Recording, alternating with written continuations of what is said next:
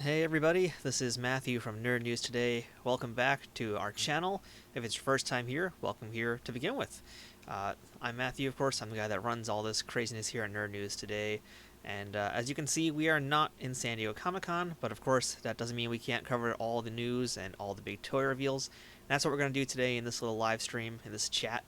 Now, you guys who are watching today, you might notice that there's no chat on screen here, but I can see you. So if you have any questions you want to know, go ahead, feel free to ask me whatever you want in the chat room. I'll do my best to answer any questions you got.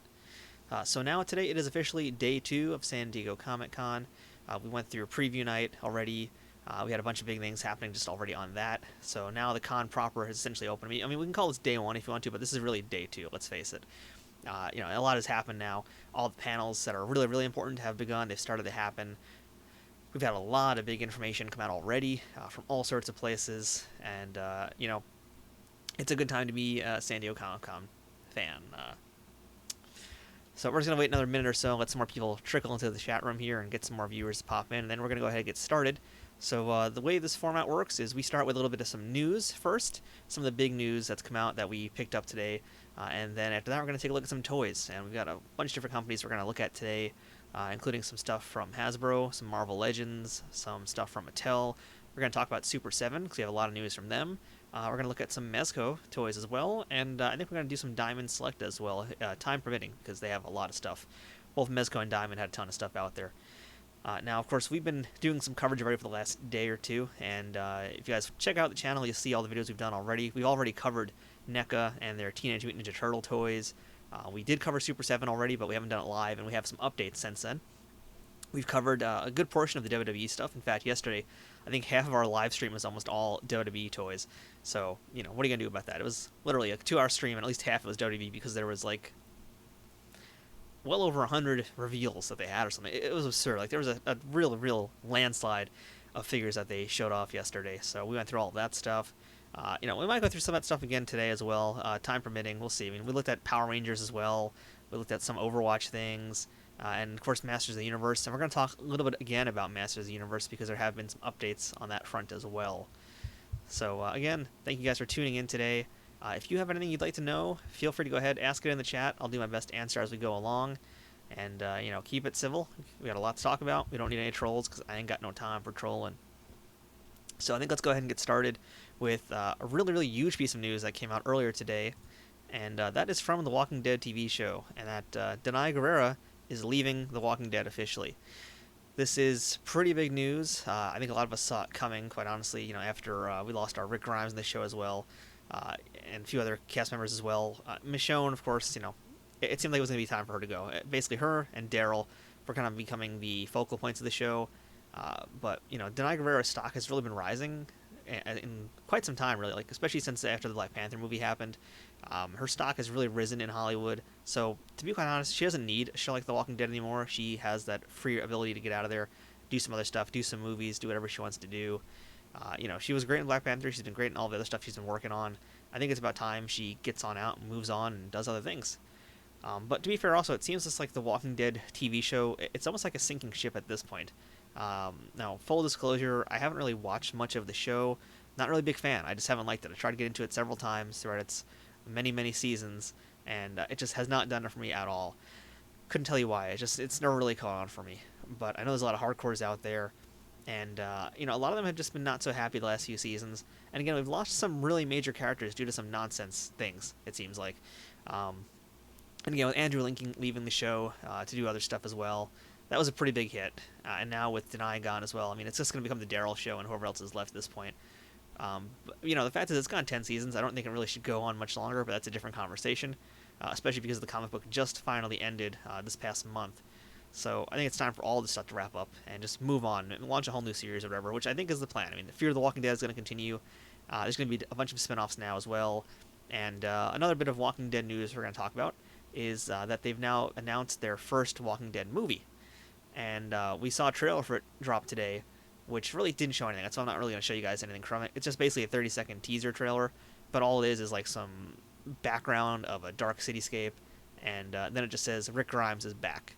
So that's kind of the big deal about the movie, which, we knew that Andrew Lincoln was going to come back for the movies, but now we know officially, here he is. So we're gonna have a Walking Dead movie later this year, towards the end of the year, it looks like, and things are moving along on that front. So there's gonna be plenty more Walking Dead in other capacities. I'm just thinking it's kind of time to wrap up the root show, I guess, for lack of a better word. It's time to wrap up this one here because you've lost so many folks already. I'm gonna go ahead and actually lift this article up a little bit so you guys can see some of her comments about it, where she said, "I can confirm this is the last season I'll be on this amazing TV show as Michonne. I would just like to say this has been one of the purest joys in my life. I am very thankful for the experience I've had in ways that I can't even express right now. My heart does not leave, it doesn't ever end, and the connection between us never ends. It was a very difficult decision, and so on and so forth, but ultimately she's leaving, and, she's sad about it, but it sounds like she's ready to move on. She's accomplished plenty as Michonne, and again, as this character, like, what more can she do? Even in the comic, I'm not going to spoil the comic in case anybody out there hasn't read it, doesn't want to know. But, Michonne, pretty much, she had her stopping point in the comic, too. It seemed like a natural conclusion for her. A lot of characters in the comic, without us even realizing it, they kind of hit their natural stopping point. I think that's probably my big thing with the show, is that it just kind of feels like it drags on and on and on, and they keep trying to find new ways to drag things on and on and on. So, I hope that Michonne does have a happy ending in her show, and I hope that, of course, Danny can find plenty of other things to do, and I'm sure she will, because she's a really awesome person, great actress. Looking forward to seeing what she does next. Hey, Bethany Beth, thank you for watching. So let's move on to another bit of news, and that's going to be some Superman news. So over on the CW, I don't know if any of you guys out there watch Legends of Tomorrow, but it looks like we're going to have a new Superman joining, at least for a little while.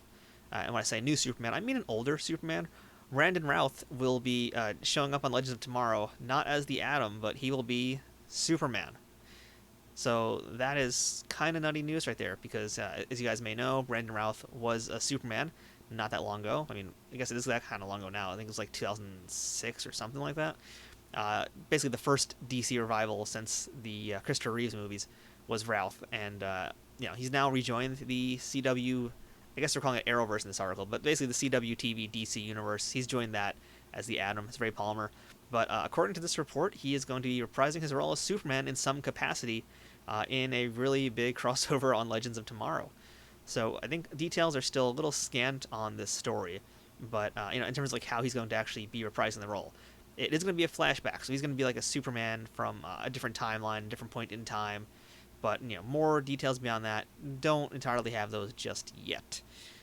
So anybody out there, do you guys watch Legends of Tomorrow? Are there any CW fans out there? Because I have not caught on to any of this stuff, and I've heard good things about it. So I am kind of curious.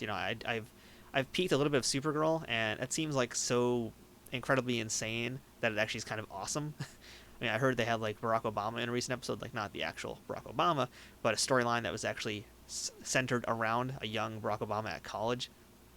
That's just so insane that I kind of really need to see that. So let me just take care of this real quick.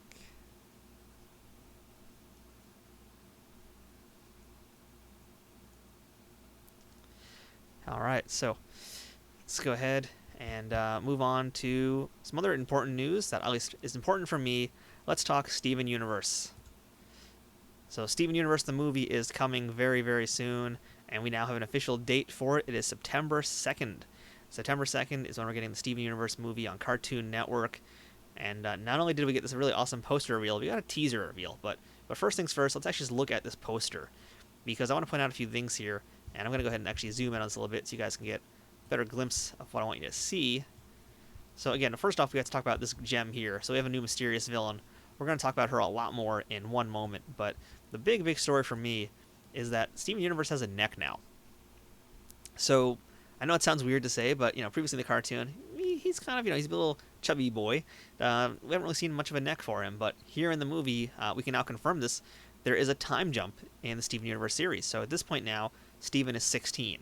So there's been a few years between what's gone on in the cartoon and what's going to happen here in this movie, and this is basically the beginning of the time jump, and ultimately where we're going to probably land when Steven Universe returns to normal episodes. Also of note is all the gems are wearing the costumes that you guys saw them in at the finale for the last season, so that still stayed the same. But there's definitely some other changes here. I mean, you could take a look down here. It looks like, go ahead and enlarge this a little bit more. Embiggen. You can see the temple looks like, might have had a few changes as well. Looks like there's some more growth on it. And over here on this side, you're going to see this building, which I don't recall seeing before. I don't really know what's up with that. I'm guessing that this is where the gems are now. Like, this is all, maybe some gems are hanging out on Earth still. So that's still to be determined. We don't really have a lot of information about that yet.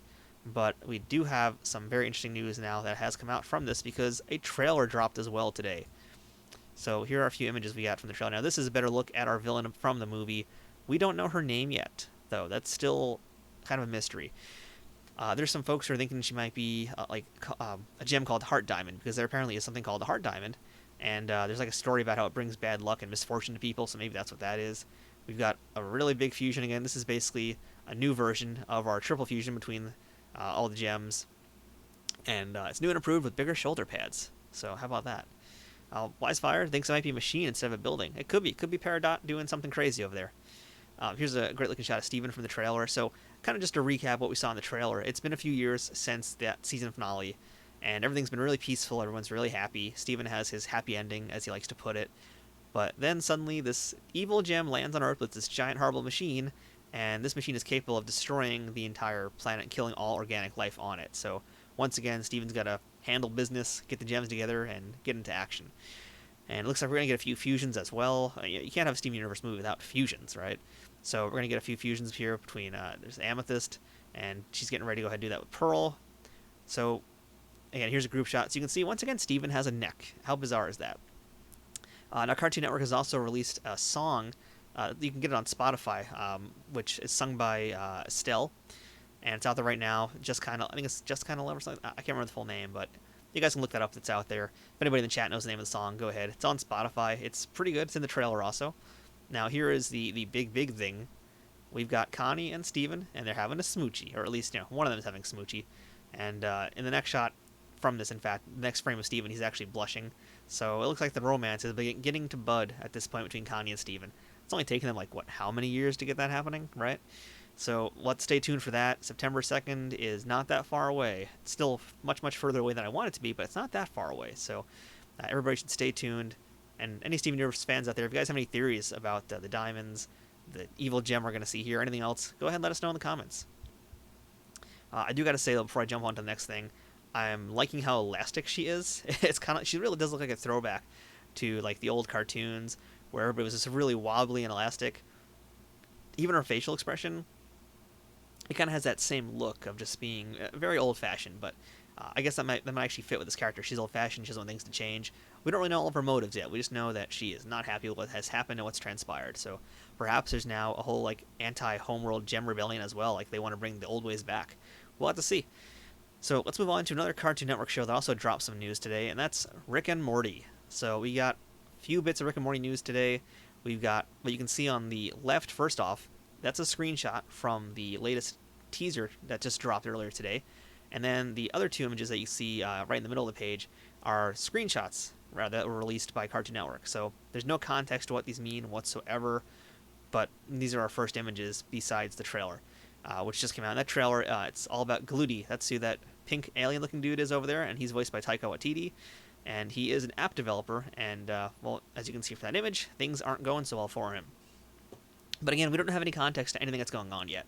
So, why is Rick so happy walking in this field of grain and tentacle plants? And why is he a little bit less happy being surrounded by alligator aliens with claw hands?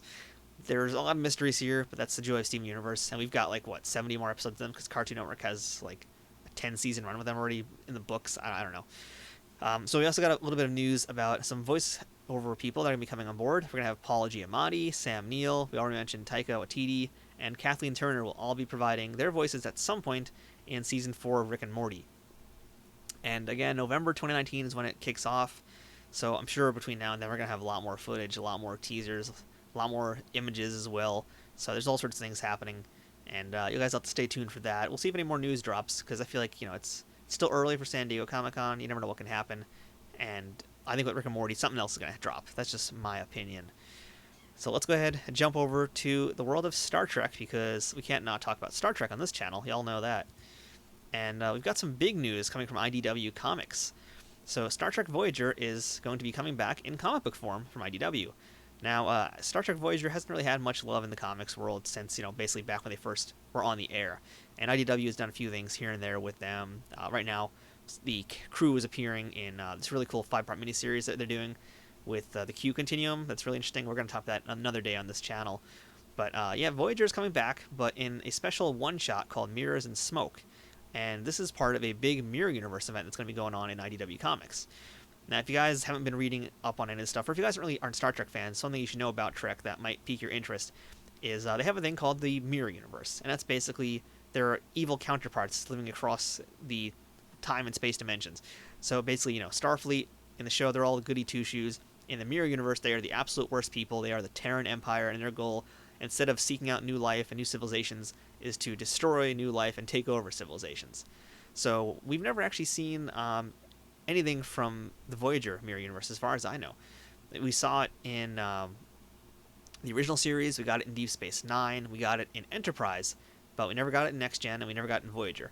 So Next Gen, they've actually been doing comics in IDW for a while that have been really, really great. I love those books, and now I'm very excited to see what's going to happen here with this one-shot crossover, because this is going to basically be bringing us, you know, what happens in this world. And you can see this on this image here. I mean, everybody looks very different. I mean, Janeway is going to become the pirate queen of the Terran Empire.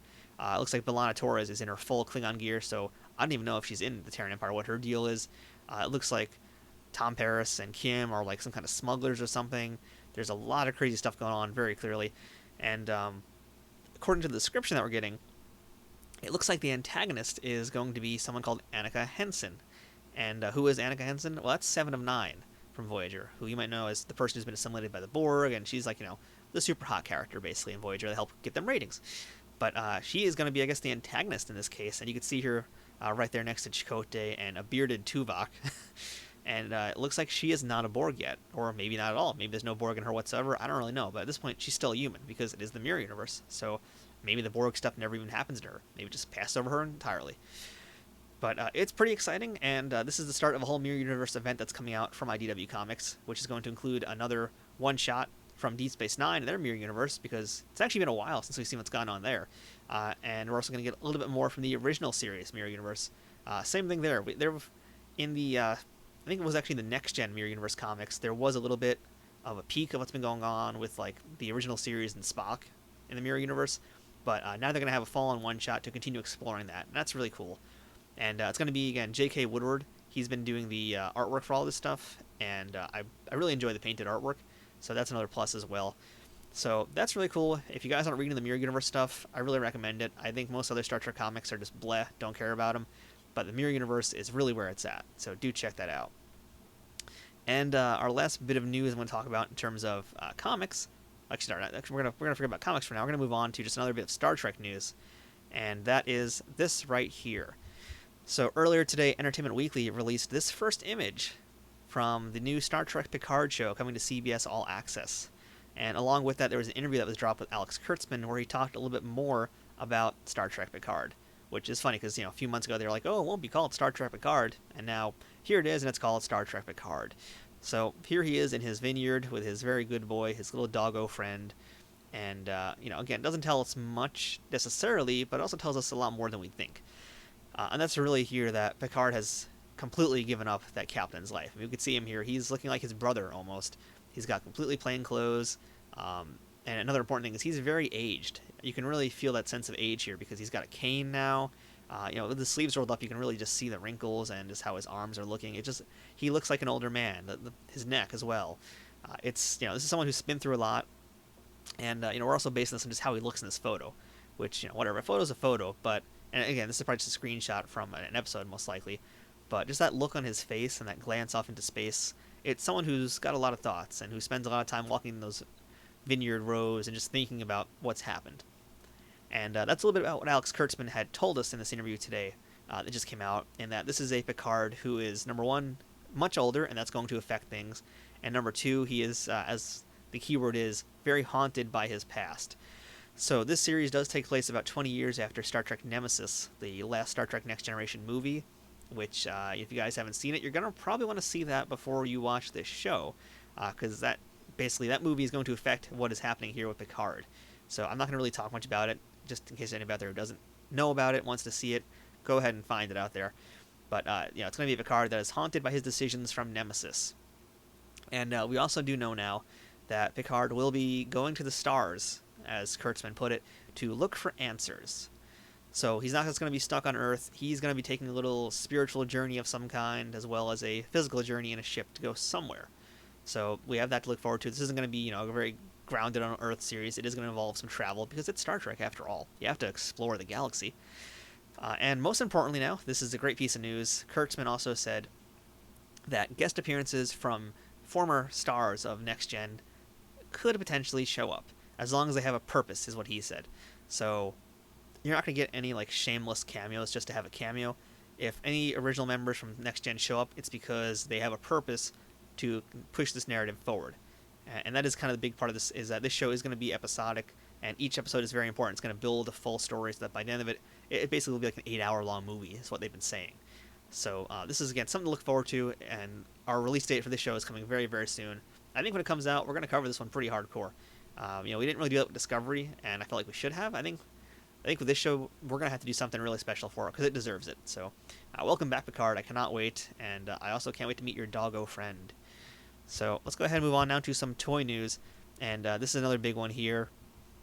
So earlier today, I put out a whole bunch of toy videos with some of the big top news of the day, and I got a really great tip from someone who's hopefully still in the chat right now, and that was about a big toy reveal. This came completely out of the blue, a very exciting piece of news. I can't wait to show this to you guys. I want to see how you're going to react to this. We're getting X-Men Barbie dolls. Okay, X-Men Barbie dolls. So here is a photo of them. We're getting 3 figures to start with. I keep calling them figures, but they're dolls, because it's just really confusing to me that this is happening. But we're getting 3 dolls to start with. I just moved the background. And they are going to be exclusive from GameStop, and they actually are available right now from GameStop. So if you go over to the website, you can put a pre-order down, but you might want to hold off on that until we finish talking about them, because after you see these, you might not be so sure if you want to get them or not. So who's joining this wave of X-Men dolls? Well, we're getting Storm, Mystique, and Dark Phoenix to begin with. Now, is there plans for anything beyond this? I don't know yet. I would imagine that they can't just do this and not make more of these dolls, but I'm also wondering, will they go beyond to non-X-Men characters as well? I mean, there's so many options. The Marvel Universe is so big, there's plenty of options they can do here. But I would say for a launch, they've chosen 3 of the most fashionable characters they can go with, because even what they have here, Mystique looks pretty chic in her outfit. She always has. They chose a really great Storm outfit. It's always been one of my favorite Storm outfits. And again, Dark Phoenix as well. It's more of the contemporary woman in a more modern style of outfit. It's very cool. Yeah, I can see Andrea's in the chat. She's very excited about these dolls. You're going to probably buy these, aren't you? I'm pretty sure we're going to be hunting these things down. So here's a good look at the packaging. And we're going to look at a few more pictures of all the dolls in action as well very soon, a few moments. But they are basically your standard Barbie height. They are about 12 inches tall. The difference here is that these aren't just your normal bargain bin Barbies, as I like to put it. These are part of their signature series of Barbies, which means they have more articulation. And you can actually see a little bit of that with Storm and Mystique in particular. So what that means is, most Barbies don't really have much in the world of articulation. They can basically do the 5 points of articulation up and down. Their legs go up and down. Their neck can turn. I think that's about it. These dolls have double-jointed, you can see it right here in Storm, she has double-jointed elbows, and they have double-jointed knees, they have ball-jointed legs, ball-jointed shoulders, their wrists can move, and ball-jointed heads. So it's basically double the articulation up front. I believe that the waists move also, but again, I don't play at Barbies. I don't know what they do anymore. So I'm going to go out on a limb, though, and say that the waist most likely does twist and turn, but it might not, because I don't think there's too many photos that really give us that information. But in fact, here's a better shot of Mystique, and you can see those double-jointed knees that I'm talking about. So also of note, Mystique is the only character in this initial wave to have heels. The other characters have flats. They're both wearing big boots. You'll see Dark Phoenix and Storm. I know there's been some discussion about that with doll collectors. They don't really know if they're happy about that. I'm if it's comic book accurate, I'm fine with it. I don't really care either way. But I do like that they got this bit of detail. They got Mystique's crazy awesome skull belt. And if you see on her forehead as well, they got the skull on that as well. Here's another really great shot of Mystique. These are going to be a lot of fun for doll collectors, for sure. But and I think also for mass market appeal, too. I think this is going to be reaching to a lot of new fans out there who might not normally buy Marvel products, and Marvel dolls especially. But my big concern is that their hair is not going to look as good as you see here. Case in point, look at this Dark Phoenix. This is a gorgeous Dark Phoenix right here, and that hair is she got her hair did, folks. Her hair is looking perfect right now. It's on point. But will it look that way when it actually comes in stores?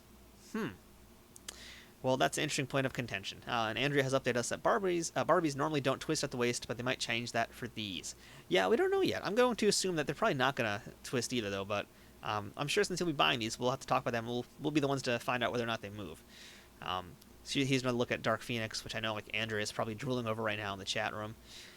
So again, you can see great detail on all of these, but here's kind of where things start to hurt a little bit. The price point. These dolls are going to be retailing, again, exclusively at GameStop. They are $55 each. $55 each. Again, just think about that number. So what does $50 get you in the toy world? Well, we're going to look at Diamond Select stuff in a little bit, and you'll see, like, $50 can get you a, like, 12 inches tall statue, a PVC statue. You can get a bust from Diamond Select. You can get, like, 2 WWE Elite action figures. Now, like, in terms of price point for a 12-inch doll like this, I think it's a little steep. Now, my point of reference for that is not just, me being an action figure collector. It's knowing a little bit about the doll world, not a lot, but just a little bit enough. And that's partly through actually getting some stuff with Andrea. So, she was really into the Adam Alexander. What is that? The Madame Alexander Marvel dolls that came out basically around the time that Toys R Us was going out of business. And she was able to buy them, luckily for, very cheap. And again, here's Mystique's hair. It looks like picture perfect, but good God. Yeah, Andrea, no, it's not actually 60. It's, yeah, so Andrea's talking about, she's saying that she thought it was 60 for the set.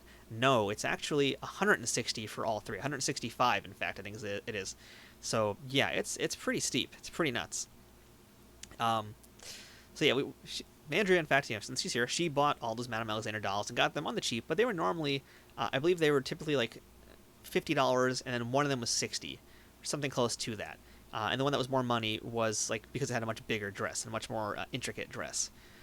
So, again, and those dolls were not like these here. They weren't characters directly pulled from, for the most part. They were dolls inspired by characters. So you had, like, you did have a Gwenpool, for example. Not Gwenpool. You did have a Spider-Gwen.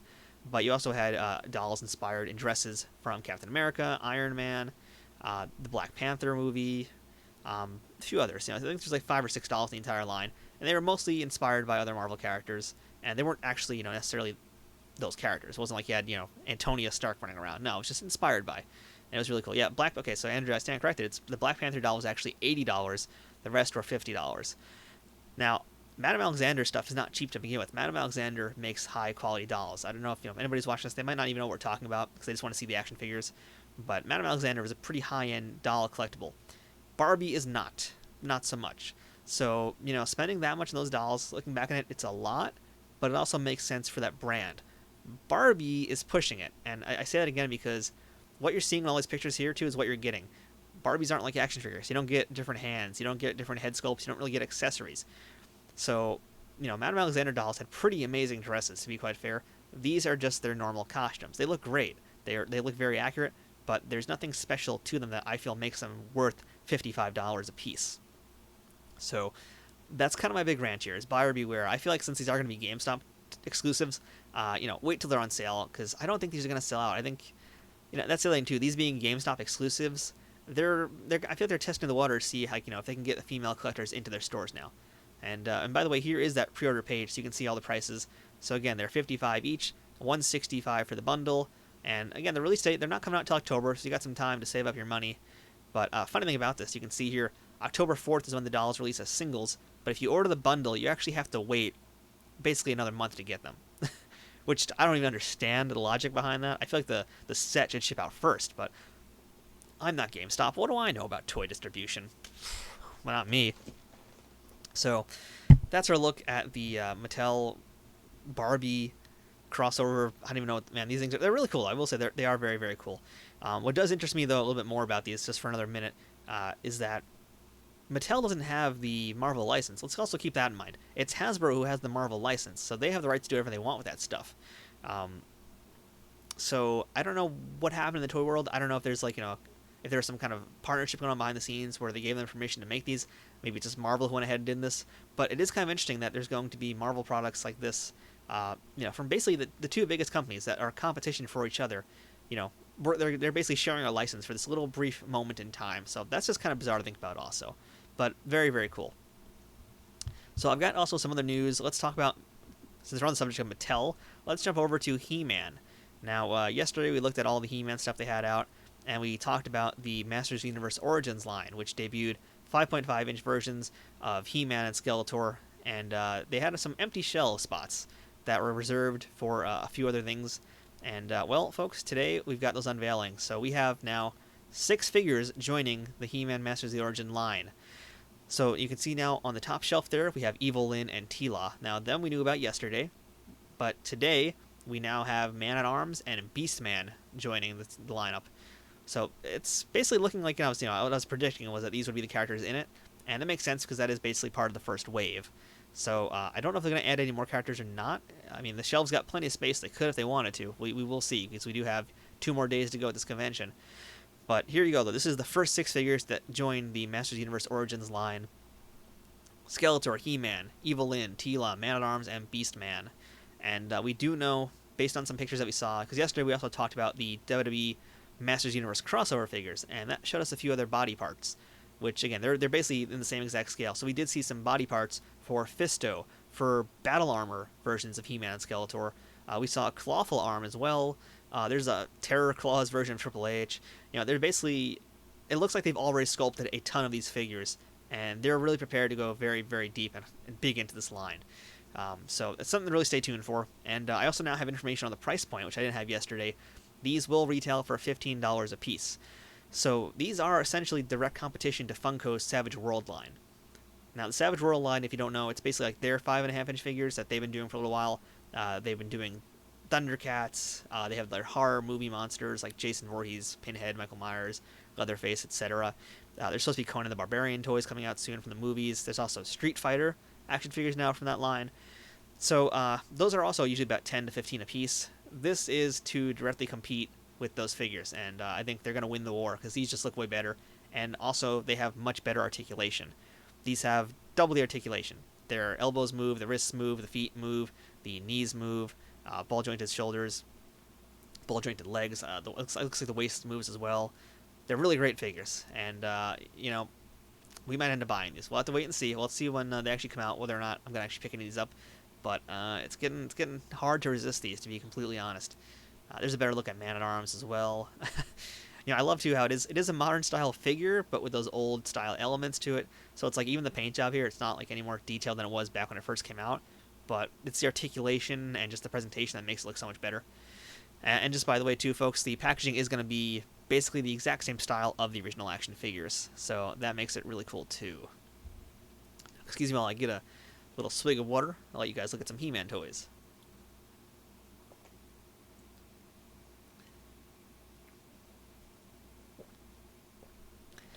So, important to note here, we were just talking about it.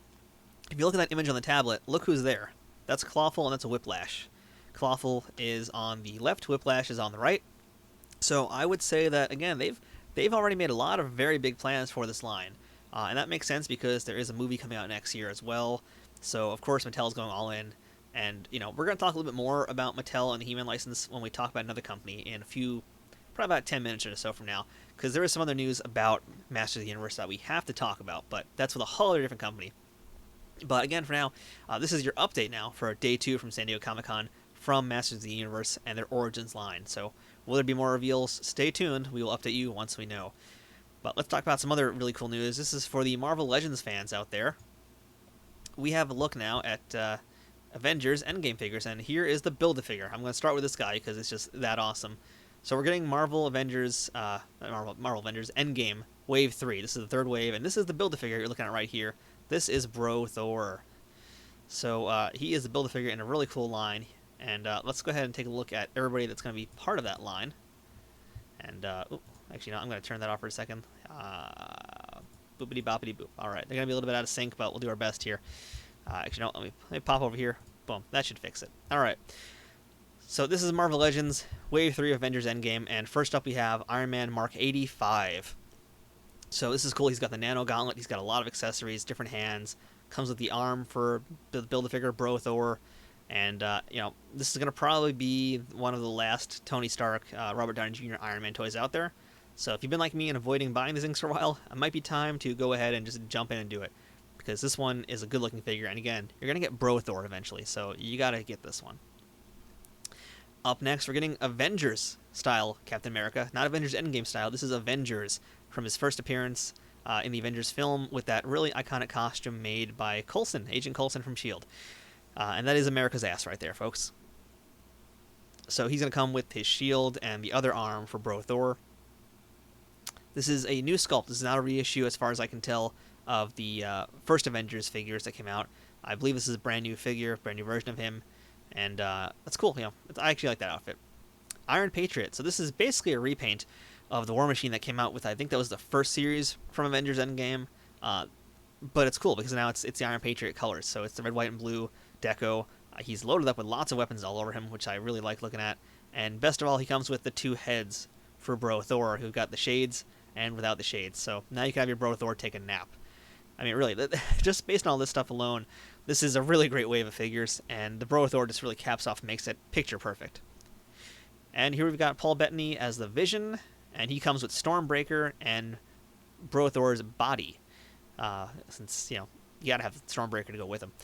So the cool thing about this figure here is you can see his plastic is a little bit translucent. So that's really cool. The cape you see is molded plastic. I don't think that is translucent. Pretty sure it's not, but I think some light can probably still reflect that. But the plastic used for his body, you can kind of see, is a little bit translucent. So that's kind of cool. I like that very much. It's kind of like he's phasing in between. Here's another really good one. We've got Heimdall, who, well, yeah, let's not talk about Avengers Endgame spoilers, but there he is with his sword, which is Hofund, I believe it's called. And if there's any Marvel Legends fans out there, you can let me know what the sword's called. I always get the name really wrong. He comes with one of the legs for Bro Thor, and it's a good-looking figure of Idris Elba. It's long overdue. I'm surprised it took him this long to actually make this figure, so I'm glad it's finally out there, and he's going to get a toy before everything wraps up. So there you go, and finally, we have Tessa Thompson's Valkyrie. So the last time we got a Valkyrie figure was for Thor Ragnarok, and I believe that was part of a 2-pack only with Thor. So this is, I'm pretty positive, don't quote me on this, but I'm pretty positive this is actually her first time being released as a single figure, and this is her in her Valkyrie-specific white outfit. And I love the white and gold deco. I love the accessories. This is, it's a tough call, but this is probably my favorite figure in this line. Outside of Bro Thor, the Build-A-Figure, I think I like this one the most. Really great likeness. Again, here's that Iron Man figure. So let's go ahead and take a look at the figures loose. These are from the Hasbro breakfast that was earlier this morning, I believe. So here is Bro Thor with his Stormbreaker with the Shades head on. These are really great looking figures. We haven't reviewed a lot of Marvel Legends on this website, but we've done a bunch. In fact, if you actually look right over there, that's Blink in the background, so she will be coming soon to our channel. We'll be reviewing her soon. I think this could be the wave I finally just go ahead and dive in on and make a big purchase. We will see, because there are some other figures we're going to see in a few moments. It's really getting harder and harder to fight off the urge to buy these Marvel Legends, and I think we're getting to a point where I kind of have to start buying them. So here's the Iron Patriot again.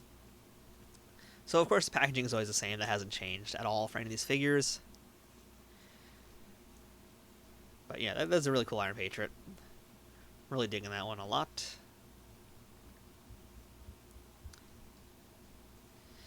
So what do you guys think of these figures so far? Here's another one of my favorites of Bro Thor as well. I'm very happy that they're actually making the Bro Thor, because that was like one of my things when I first saw the movie. I was like, are they going to make a toy of this guy? Because if they do that, they got to make like a brand new everything for him, because there's really no toys out there that look like Bro Thor. So ultimately they did. They made a whole new Big Lebowski style body with the robe and everything. I was not expecting that, but I'm so happy that that's what they ended up doing. So, way to go, Mattel. You really surprised me with that one. Here's that Vision figure. It's tough for me to say which figure is actually the weakest in this wave, because they're all pretty good figures. I don't know if I'm really sold on the Vision figure necessarily, but it's not a bad figure either. I mean, they're all pretty good. I'm like looking at the image here on the bottom here. Like, the only one that might be the weakest to me is that Captain America figure, but it's actually a costume I like. So again, it's not even that bad. These are all pretty great looking. I do wish they had stands though. It's always disappointing when you watch these, like when you see these photos from all these big events and they all have like figure stands, but they don't sell any of them to the public. That bugs me. I want to get a figure stand. I don't care if the price goes up like $1 or whatever it's going to be. It shouldn't go up that high, but I feel like we should be able to get a thin piece of plastic that has a little peg to put their guys on, right? Like, to this day, I think they all still have little holes in their feet, but you have to get figure stands from like third parties. So that's just a little mini rant, but man, seriously, if anybody out there knows good places to buy any figure stands, go ahead and drop that in the comments. I will be perusing those later on. There's another shot of the Nano Gauntlet. Now, something else I'm wondering about is how many characters can actually wear that gauntlet. I want to know if this is just a gauntlet that literally covers the hand, or if it's like a removable, like basically, Tony can have his hands come off and be interchangeable. I want to know if this has got the same thing. If it has like a little peg that you put into that wrist, and if not, does it just slip onto people's hands? I don't know. I also want to know whether or not this actually fits on the Hulk's hand, because that'd be really great. If they can actually get this to fit on the Hulk's hand, I would be totally sold in this line. Another shot of the Valkyrie there, and a better shot of that really, really nice blue cape. I'm digging this one a lot. I don't know if they'll make her horse, but that's a whole other story. I'm sure there's some other alternative ways to get that horse out there. So that's our look at the Avengers Endgame Wave 3. Now, I believe tonight, it's actually, I think, going on right now. It's probably about to wrap up. I think there is a panel, a special private panel, preview night panel, or whatever we're going to call it. Not preview night, but whatever. There's another panel going on with Mattel where they're going to be running down all the new Marvel Legends. So basically, tomorrow morning, we're going to have a whole big slew of toys to talk about. But for now, this is mostly just what we have from that breakfast. And yeah, there's going to be plenty more reveals, I'm pretty sure, from Mattel coming up later tonight. But another thing actually did leak earlier today, and I know this is going to make a lot of our viewers very, very, very happy, especially if they have no idea this is coming. So IO9 had the exclusive news on this one a little bit earlier today. So, oh, by the way, before we jump over to that, there's America's ass, ladies and gentlemen. So make sure you salute America's ass. I love that they actually posed him that way. That's just brilliant. So anyway, IO9 posted this piece of news, and Marvel Legends, really big line. They've been going very heavy into the 90s X-Men figures. We've bought a bunch, and we're going to probably end up buying a few more. And, we've been discussing how hard we're going to go on in this line as well. It looks like, I'm pretty sure when Andrea sees this, she's going to be screaming in the chat room. But I think we're about to go in very, very hard as well, because we're getting some brand new multi-packs of the 90s X-Men characters. So what we're looking at here is first one of the 3-packs. There's a 3-pack and a 2-pack, but this is a 3-pack with Wolverine, Jean Grey, and Cyclops based on their look in the 90s. So Jean Grey was just teased, in fact, at SDCC, in fact, as part of a poster that was being given out. And here, by the way, is the other two. This is the 2-pack that we're going to get. It's Havoc and Polaris from X Factor. So how cool is that? So Jean Grey was just actually teased through a poster that they were giving out at the event. That was based on the Jim Lee cover from 1990 of X-Men #1, and instead of the illustrations, all the characters are replaced with their figures, and of course they had Jean Grey in the back of one of them. So here she is now. It looks like the way you're going to be able to get her is through this 3-pack, at least for now. And I mean, look how great this 3-pack is. I mean, you're getting 3 heads for Wolverine, plus the mask to go on the back of his neck, 2 different sets of Wolverine claws, because one is adamantium, one is bone claws, by the way. 2 heads for Jean Grey, 3 heads for Scott Summers, and different hands. Again, same thing here. We're getting a lot of really cool accessories for Havoc and Polaris, different hands. I see Andrea just caught up, and yeah, expletive deleted indeed. But for real, folks, I mean, when I saw these, my jaw dropped as well. Like, these are really, really, really amazing. Like, we have fought the urge for far too long. I think we're about to buy them. Oh, yeah, and by the way, here's the back of the box, too. How great is this? The back of the box has the 90s X-Men cards. Now, I think I want to double check. I don't know if those are the actual original card illustrations. I'm pretty sure that they're not. Because, again, the original one didn't say Marvel Cyclops. But they look like they're drawn by Jim Lee. I'm pretty sure they're probably drawn by Jim Lee. So, I mean, that's just beautiful. Like, we're going to do a whole unboxing at some point of those cards. Because I actually bought a box of those. So, at some point, we're going to do a special video about them. But, again, we're going to just let these images slide through one more time. Because they are just so gorgeous. Cyclops was actually, like, one of the hardest figures to get when he came out. And rightfully so. But this version here, like, I think actually this is what I'm waiting for, because the other Cyclops, I think it had a removable jacket or something else. This time the jacket is actually attached to him. It's part of him. But I actually like this Cyclops thing a little bit more than just the version without. So I basically missed out on that Cyclops. This is my second chance to get it. And it's thankfully not going to affect anybody who already bought that and is speculating it and sitting on it hoping it's going to be valuable. Because it's actually still a pretty different Cyclops. So again, here's Havoc and Polaris. I mean, man, these are just great looking toys. I hate how good they look. Look at those different heads of Wolverine. Now, I'm someone who actually, I did end up buying the Wolverine solo. I don't remember if we reviewed it or not on this channel. So I'm going to basically have a spare Wolverine. So I guess, Andrea out there, you're going to probably inherit that Wolverine from me. We'll see what happens. But the Jean Grey is mine. You can fight me for that. Look at her hair. Oh my god, that hair is amazing. I cannot wait to get this pack. Any of these packs, really. Especially Polaris's hair, which to this day still baffles me. But, I mean, man, even her costume, it's just so 90s. I love every second of this. Man, really great stuff. So that is our look at the Marvel Legends reveal so far that came out today. I think let's go ahead and let's talk about Super 7. Because we missed it yesterday. So I'm actually going to go ahead and put my face somewhere here, I think, if I can. So here's a look at their Voltron action figure. So Super 7 also had another place where they were doing some stuff of their own. They had like a pop-up store. Hello, there's my head. I'm enormous. Let me go ahead and put myself right over here. Andrea says she'll get her own set, but she'll also steal mine as well. Well, thanks. Thanks for that.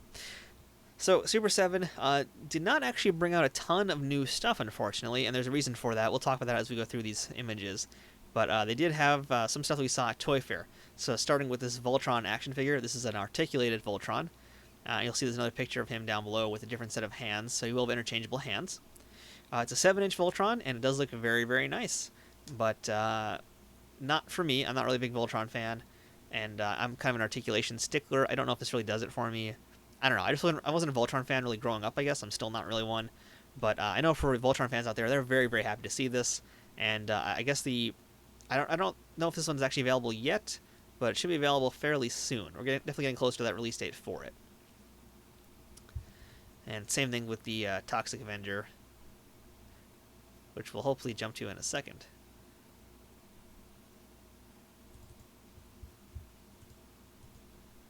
There we go. Alright, so here we have now some of the, those detachable hands I was talking about.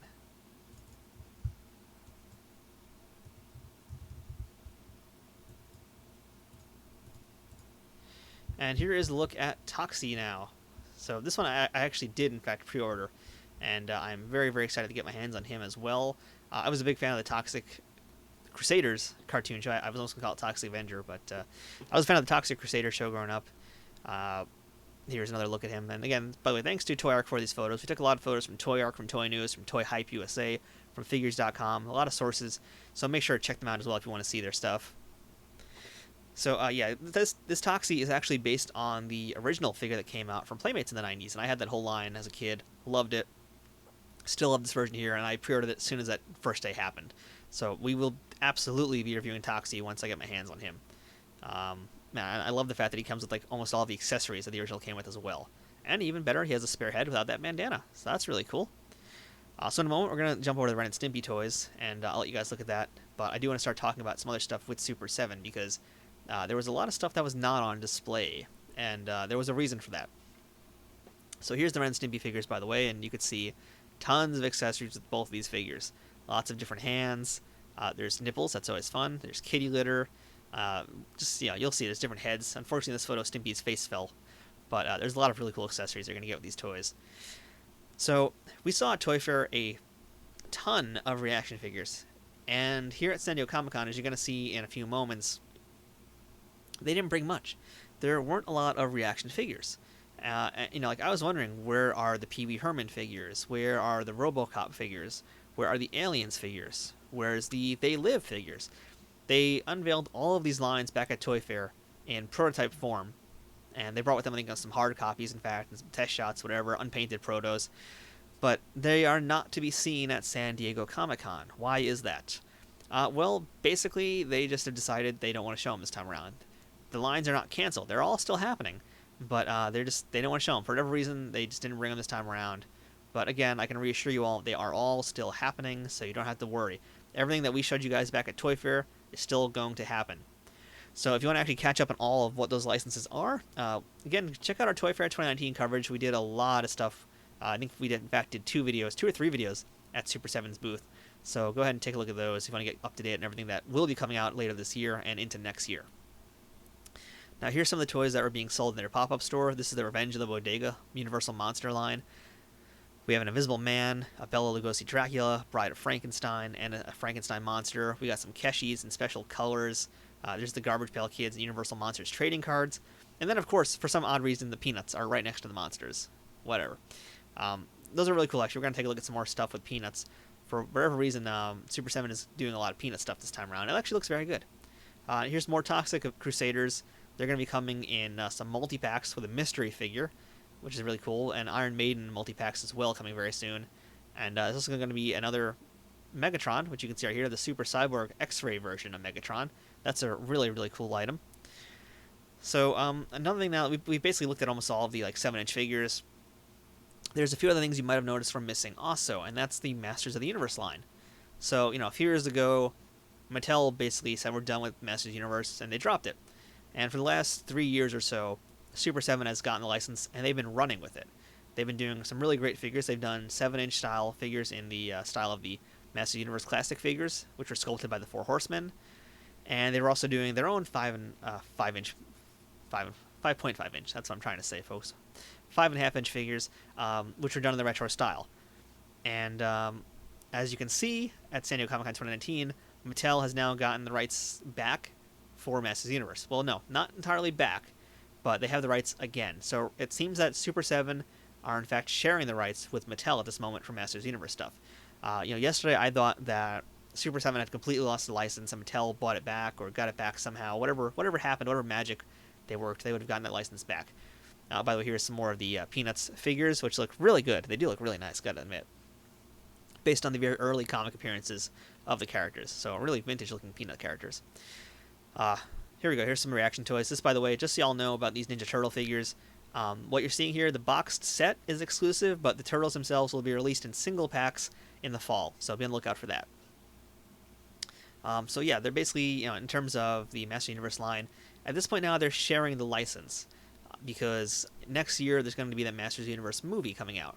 And so, of course, Mattel wanted to get in on some of that action, and rightfully so, because, they are really the ones who own the franchise to begin with.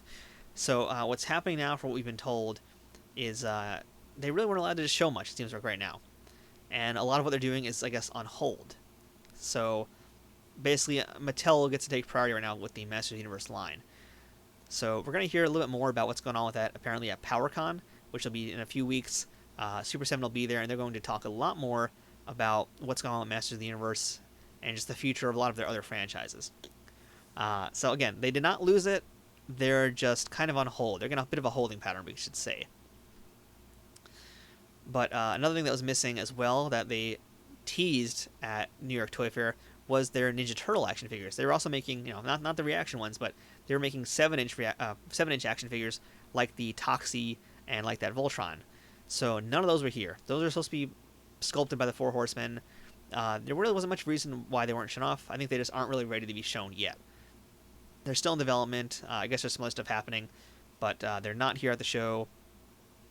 We're going to wait a little bit longer, but apparently the word is from Super 7, I believe the fall. So most likely at New York Toy Fair, I imagine they're going to probably try and get them ready by then. I expect at New York Toy Fair that we're going to see them finally show up. And that is a highly anticipated bunch of action figures. Can you imagine 7-inch Ninja Turtles coming from the Four Horsemen? Again, these are the guys who are sculpting the Masters Universe Classics. They do the Mythic Legions toys. They are a group of amazing sculptors, and we can't wait to see what they're going to actually do.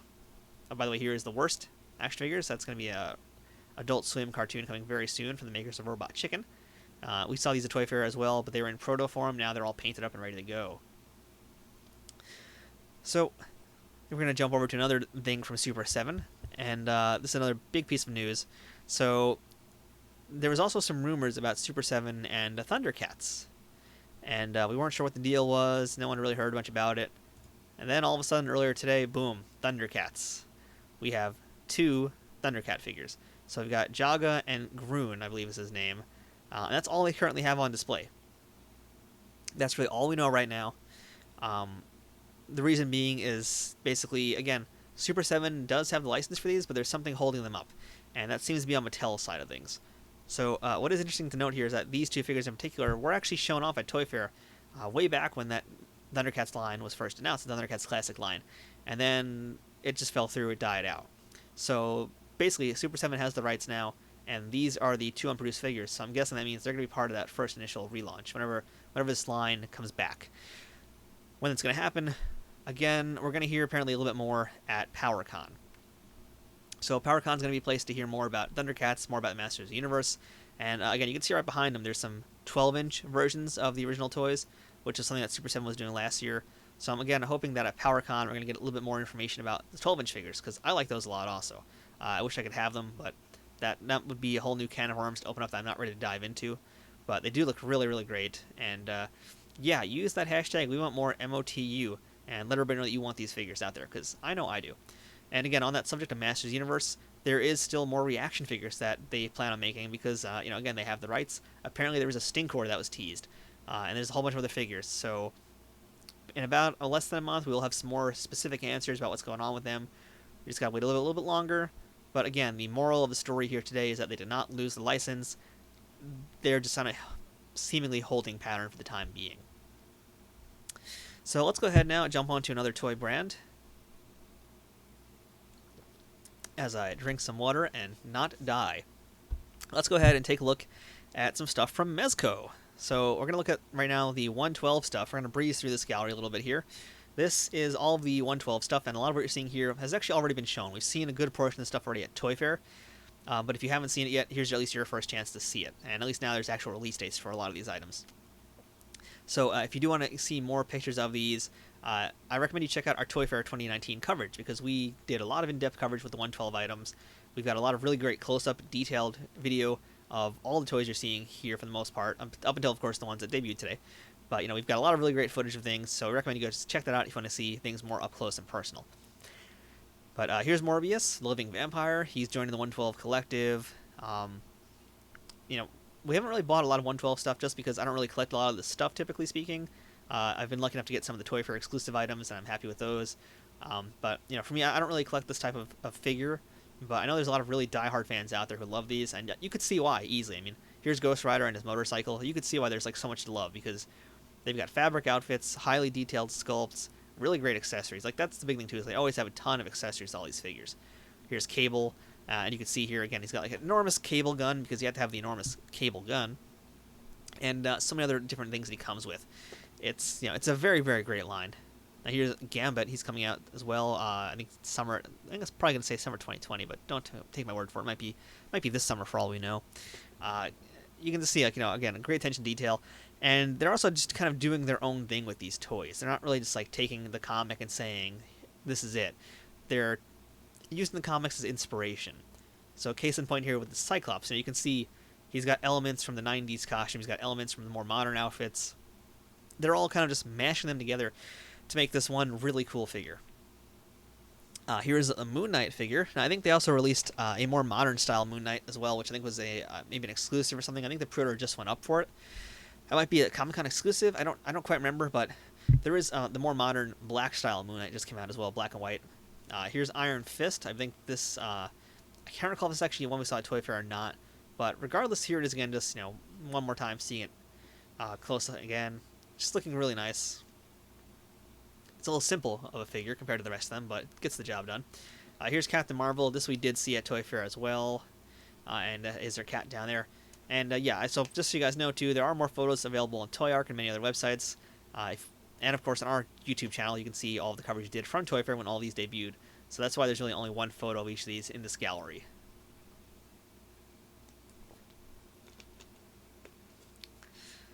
So here is Thor and Hela from Thor Ragnarok. Again, these were shown at New York Toy Fair. So, been there, done that. We're not going to really linger too much on that. And same thing here with this Joker, Clown Prince of Crime. That is available. If it's not available yet, it's going to be available very, very soon, because it's summer of 2019. So this is summer 2019. And it comes with that really cool teddy bear as well. It's good. Again, you can kind of see it's and here's the armored Wonder Woman. You can kind of see what I mean, again, by the inspiration from the comics and really doing their own thing with them. So, all these figures are just very much like that. They're taking the concepts and putting their own Mezco touch on all of them. Sprinkling the Mezco magic dust on them, if you will. Alright, here we go with some new ones. Here is Aquaman. I think pretty sure it's a new one. I don't remember seeing him at Toy Fair. But here is Aquaman. And, it actually looks pretty good. I mean, I like the colors on it. It's a strange outfit, but then again, it's Aquaman. It's always been a strange outfit. It's always been very, very weird. Here's Darkseid. So this might actually no, this might be another one as well. You have to forgive me, folks. I spent all day looking at toys. It's hard to really keep up with what Mezco's doing because they have so many out there every year, especially Toy Fair. They really bring out a lot of stuff at Toy Fair, so it's hard to keep up. Here is the Jim Gordon figure, which I think is an exclusive to San Diego Comic-Con this year, and he comes with that bat signal that you see right next to him, which does light up. It's an actual working LED light. And yeah, again, I'm pretty sure this Jim Gordon you could pick up in person at San Diego Comic-Con. Here's a modern style Catwoman. I kind of wish these dioramas actually came with them, but they don't, sadly. But man, they look really good, don't they? I always love these dioramas that all these companies bring out every year for Comic-Cons and Toy Fairs. Can't get over them. Alright, here's one that I'm waiting for. This might be one I actually do end up buying. This is the Michael Keaton style Batman from the Batman 1989 movie from Tim Burton. Again, summer 2020. We first saw this teased at Toy Fair, so it's going to be a bit of a long wait, but it's going to be worth it. And again, another one from Toy Fair. Here's our John Stewart Green Lantern. I love that smoking ring as well.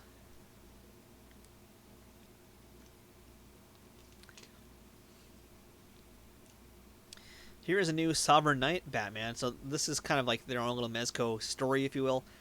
They're doing what is essentially a trilogy of Batman figures in their own style. And so I think the Sovereign Knight is supposed to be like the modern style Batman with all of his accoutrements that he has nowadays. It's really cool. We've looked at one or two of those in the past. And here's just a shot of a few guys together. There's a Cable and a Cyclops variant costume and a different Batman, a different Green Lantern. I really do like this version of Cyclops and Cable much better than the other ones that we saw. That's just personal preference.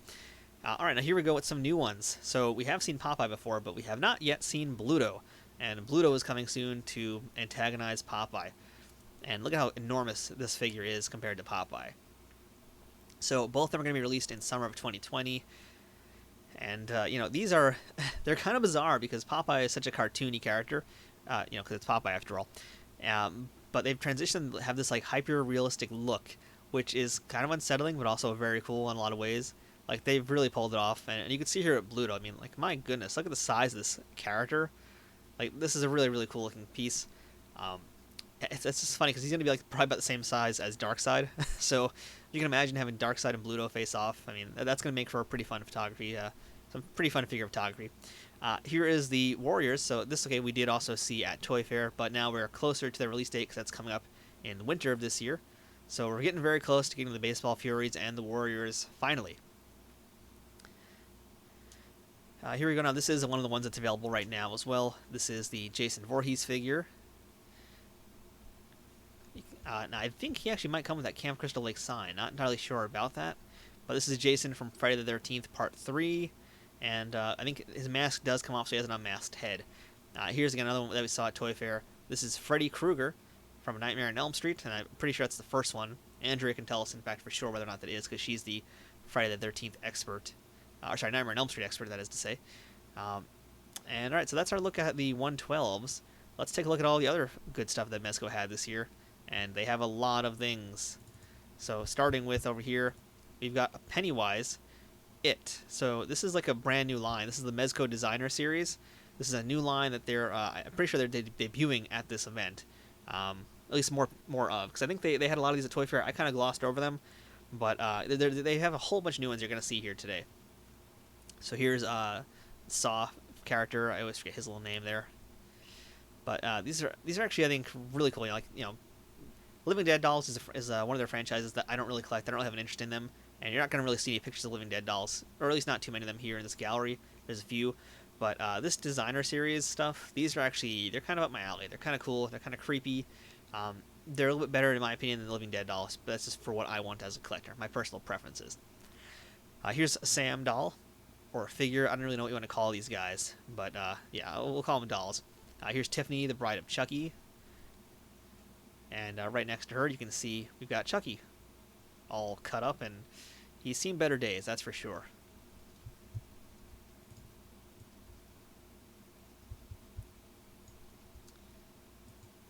Now, this one, I have no idea what this is from, because unfortunately there's like a sign blocking it. I'm going to assume it's something from The Conjuring or from that series. But if anybody knows out there in the chat, please go ahead and let me know, because this is like the creepiest thing they had here. And granted, Mezco has a ton of creepy, terrible, terrifying things, like case in point, the Nun and Annabelle next to her.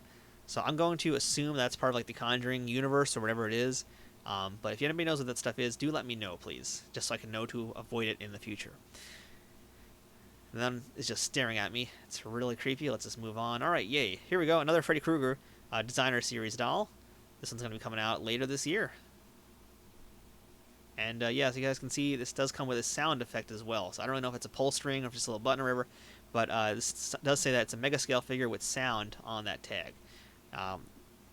This one here is the Batman 1966 figure coming out in the fall of 2020. So it's a long, long wait for him. But you know, I will say that's at least the nice thing with Mezco is they let you know really far in advance what's coming out. So even though it's still, you know, a year away, more than a year away, at least we have due time to be prepared for it, make space for it, and save your money for it. I do appreciate that about Mezco. Okay, thank you, Josh. Yeah, that is from the Conjuring universe, right? La Llorona? I can't say that. My throat is too dry to even attempt to roll R's and say silent Hispanic L's. Here is Pizza Face Chucky. Again, another really creepy doll. Man, I'm not a real horror movie fan. I'm doing this for anybody out there who's like super into these things. I hope you're enjoying this and you enjoy my absolute terror and fear of these really, really awesome dolls, awesome figures, but absolutely totally not my thing at all. Really creepy. Then there's Annabelle. Thankfully, that one does not have any sound. Oh, thank God. All right, yeah, thank you, Josh. It is part of the Conjuring series. All right, cool. Are you into these dolls? And what do you think about these guys? Are you a fan of Mezco's work? So here is Pennywise. It Chapter 2. The trailer, by the way, just dropped for that, I think, today as well. We didn't really have a chance to talk about that here today, but I recommend you guys check it out if you don't mind being creeped out this late at night. It's looking pretty good. Pretty strong trailer. So there's Pennywise. We're going to see a lot of Pennywise stuff later on. Oh yeah. I can't wait for when we get to Diamond Select coming up next. So again, here is the Warriors. This is now part of the Mezco 5 Points collection. This is their 5-inch scale figures with 5 points of articulation.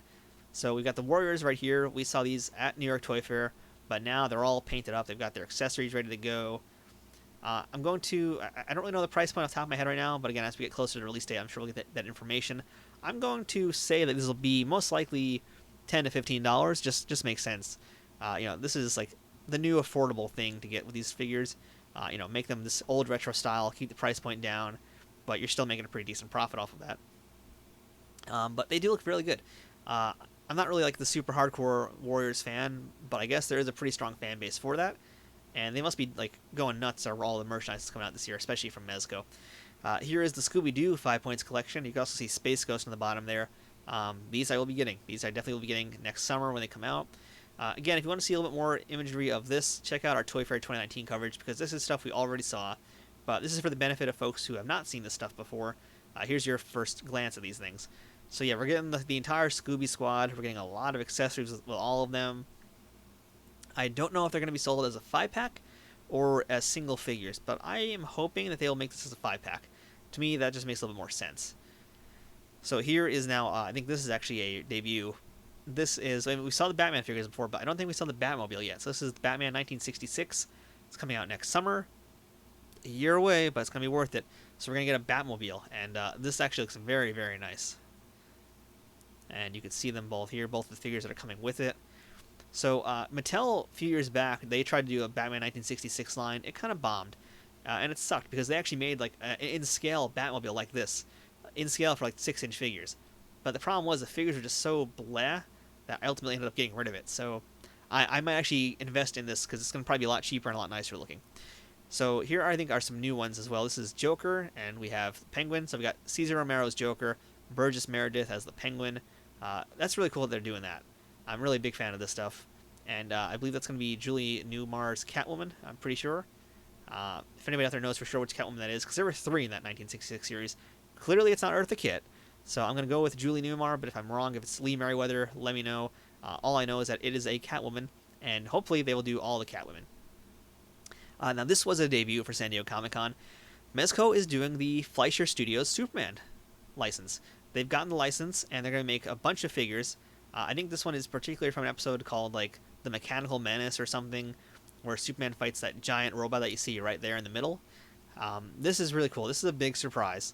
And, you know, the Fleischer cartoons are essentially, at this point, mostly public domain, for better or for worse. So yeah, I'm surprised no one's really jumped on that license yet to do anything with them. but I'm very glad that Mezco is doing that, and these are some nice looking toys. And here again, really great looking Clark Kent, awesome retro Lois Lane. Everything about these figures looks really good.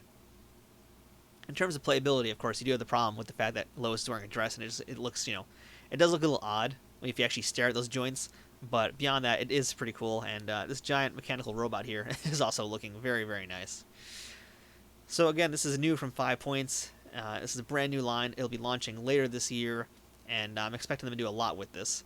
And there's also one other franchise we're going to take a look at now from this that they've announced. We'll get to them a little bit later, I guess. There's another franchise with them. So here is... let's see, did I lose... Let me make sure I've got everything in order here, folks. Alright, hopefully we'll see it. If not, we'll jump over to something else real quick. But there is some more stuff with 5 Points. Looks like my my stuff got messed up. Alright. Well, there is going to be Addams Family figures. Addams Family 5 Point figures. And they're going to be based... I initially thought they were based on like the original cartoon strips that were put out by Charles Addams in like places like the New Yorker magazine and other places. Now that I'm seeing them, I'm still pretty positive they are. But it's kind of fun because they really look so much like the new CG movie that's coming out soon. It's hard to almost tell them apart. So good on Mezco for kind of bridging that gap. But again, they're making the entire Addams Family, and those do look also very, very good. I thought I had pictures here, but I guess I don't. So why don't we move on now to another company that we didn't talk about yet, and another one of our favorites. Let's talk Diamond Select. So we actually reviewed one of the Diamond Select exclusive products from San Diego Comic-Con in advance of the event. We looked at the Golden Enterprise C, and Diamond brought out a ton of new stuff. They had plenty of stuff that we've seen before at Toy Fair as well, but they really brought in a lot of new stuff. And what you're looking at right now are some images of the Marvel Premiere Collection. So these are their more higher-end statues. Diamond is really cool about their statues because they make statues and busts at different price points. So in the case of the Premiere Collection, which are basically about $150 a piece, they're much sturdier, heavier material. They're larger statues. You get what you pay for. You're getting a really great value still, but these are some real heavy-duty statues. So you saw Chris Evans as Captain America. Here's Carnage. There's the Miles Morales Spider-Man, and next to him is Mystique with that really cool laser ray gun that I don't recognize from anything, but I love how it looks. So these are all part of the Premiere Collection, and that Premiere Collection is the higher-end statues, but we're going to see that Diamond has a lot of much cheaper statues, and again, this kind of goes back to my point about those Barbies we saw earlier. Those are only like $50. Like $50 for a really amazing statue. You're going to be impressed at what you can get for $50 from Diamond Select. But again, for $150, look at how much more you're getting. And here is another big boy. Now here is Juggernaut, and he is actually, I believe, a $200 statue, I'm thinking. That's going to be a real heavy big boy right there. That's going to be a really, really expensive statue, but worth it if you're a big Juggernaut X-Men fan. And here is Hela from Thor. So, I like this one a lot, actually, because it kind of reminds me a lot of, like, Jack Kirby's designs. It's very much like a New Gods look. It's just, like, so comic-y that it really stands out, or really pops, especially against everything else, like this ultra-realistic Hulk that's next to him and the Green Goblin over here we're looking at right now. They all really pop.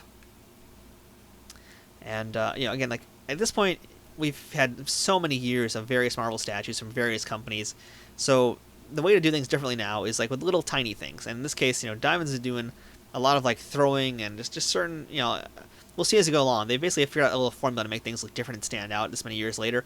And case in point with the Hulk, look at just how, like, his muscles are flexing, like, you could see, we've really caught him mid-Hulk smash. I love that one a lot. Here's another Hulk that they're doing from Avengers Endgame. This one I don't like as much as the Hulk we just looked at, but it's still a very good statue. But yeah, like, you're going to see it with Diamond Select. Like, they have really gotten their poses to become very dynamic, because at this point, they've done so much. What's left to do? And not just them, but other companies who are doing statues. You really have to stand out and be creative at this point. You can't just have guys standing up straight and being normal looking. You have to have them doing something dynamic. Case in point, this Thanos from Avengers Endgame. Look at how awesome this statue is. Like, I don't collect statues, but I want that. Here's a really nice surprise. Wasn't expecting this. This is based on Alex Ross's cover for Marvels. I think it's Marvels number 3, when they introduced the mutants into the Marvels comic. Really great statue. I love how they lit it up also. They kind of lit it up just like it is in the comic. Here we have a 90s style Jubilee from the X-Men. So now we're on to the PVC statues, and these are what I'm talking about for $50. This is a $50 statue. I don't think I think $50 is like way too cheap for these things, but these look so good. Um, you know, $50 is such a bargain. I just can't get over that, honestly. So here's a look at Morbius. He's coming out in 2020 as well, I believe. So Diamond is also a very forward-looking company. They've got a lot of stuff we're not going to get for quite some time. Here's a really nice Spider-Man. Again, like there's been so many Spider-Man statues, but I can't think of too many that have done this particular pose. And we're going to see what's in the DC stuff as well. They did some just very, very unique poses. And I love that spider webbing as well. So here is the Beast. Again, we saw him, I believe, at Toy Fair as well, I want to say. But still looks really cool. I love how he's catching the missiles or whatever. Just really cool how they did the missiles on him also. I mean, that's just kind of a little fun bit there. But what I want to really get your attention on is that Marvel Gallery Punisher statue. So I don't really collect Marvel Punisher stuff anymore. I don't know why I keep saying Marvel Punisher. I don't really collect Punisher stuff anymore, but this I might get because it's that John Romita Jr. style, and it reminds me so much of like when he did the Punisher Warzone comics. I always thought John Romita Jr. did like the best Punisher, and this is like, that's it. That's perfectly nailing it. Just looks great, top to bottom. Here we have another Hulk statue of Mark Ruffalo from Avengers Endgame as Smart Hulk in his pajamas. I don't like this photo very much of him, but it is a pretty cool looking pose. And there's Iron Man with his Mark 85 armor. And again, these I believe are still all, I think these are the $50 statues as well. So yeah, if you can believe it, these are only $50 a piece. Here's a really cool War Machine from the movies. Are there any statue collectors out there watching with us today? Let me know what you guys think of this if there are. I'm definitely curious to see what your reaction are to some of these statues. And if you're not a statue collector, are these enticing you at all to pick any of these up? So here is Rescue. She's getting a statue as well. I'm so happy with like all the Rescue merchandise that's been coming out. And again, it's a really cool one too. I've been on the fence again. Marvel Legends. I tried to buy them all, but I kind of want to get the Rescue figure, and that Rescue statue too looks really great. Here is an Ant-Man in his quantum suit. I talked a little bit more in depth about these earlier today in my Diamond Select video that I did, which I spent a little bit more time looking at all the figures, looking at all of the statues. I wasn't really a big fan of the quantum suits overall, but I think it's a good-looking statue, and I also love this worthy Captain America statue too. Like, again, these are the $50 statues. Can you believe this is a $50 statue we're looking at right now? Like, to me, it blows my mind how good these look, and at this price point too. It's just, I love it. I love what they're doing with this stuff. All right, Andrew, if you're still with us, this is for you. These are the Marvel Animated Series X-Men busts. We're getting 90s style X-Men cartoon busts. So we're getting Wolverine.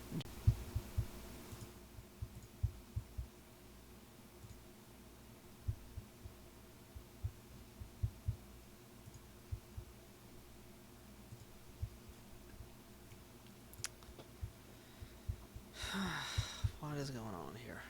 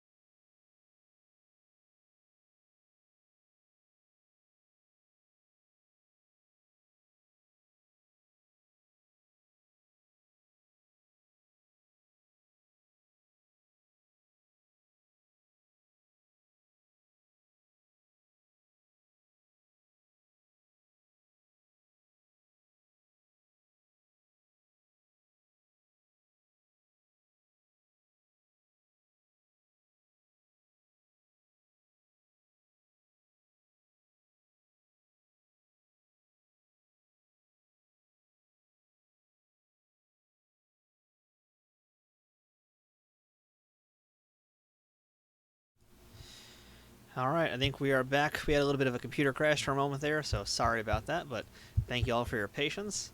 And yeah, hopefully that won't happen again. So we're just going to give everybody a second to get caught up and make sure it's all working here.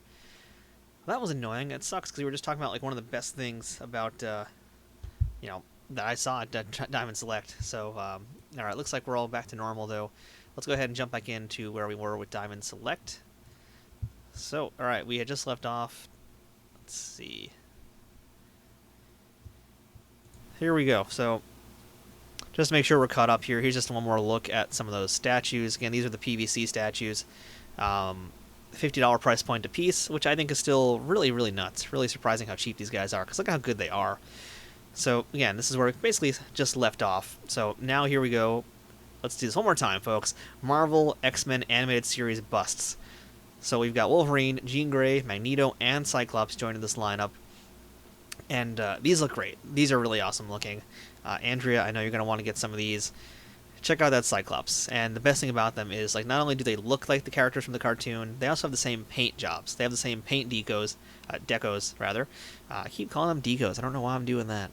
They have the same great paint as the cartoons did.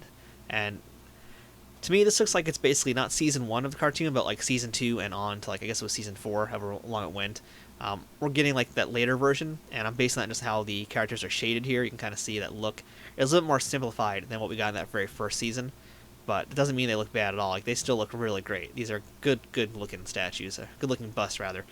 And again, these are basically just like almost the same price as those statues, which is, to me, again, mind-boggling. Loving this Wolverine here too. Like, these are really cool. For any cartoon fans out there, I know you're going to eat this up. Now, we also have some Scotty Young-inspired statues. This is also part of that Marvel animated series. So we're getting a Deadpool, a Black Panther, a Cyclops, Miss Marvel, a Storm, a Thanos, and, of course, we have to have Spider-Man with the black symbiote on, the black costume, about to devour him. But, I mean, you know, I'm not really a big fan of Scotty Young's work, but these are, to be fair, pretty darn adorable. They're pretty great looking. So, you know, you might have gotten me here, Scotty. Congratulations, you might have gotten me interested.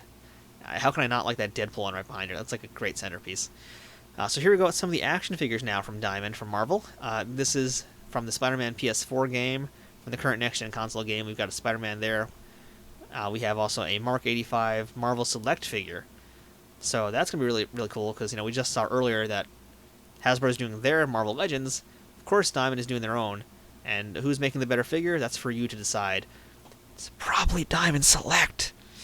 But these look really great. I love the scale that they do with all these figures as well. And you can see right next to them, here is a picture of the Marvel Select Avengers Hulk, the Avengers Endgame Smart Hulk, and he has a Nano Gauntlet. Unlike Iron Man from Hasbro, who has the Gauntlet, this time it's the Hulk that has it, because it needs to fit his hand.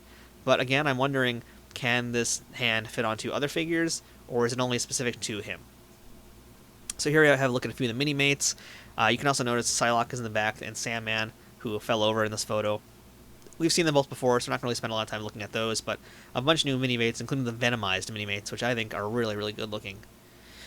And again, a few more statues that are part of that $50 line. We've got a retro-style Dazzler, a Mr. Sinister, and a Goblin Queen.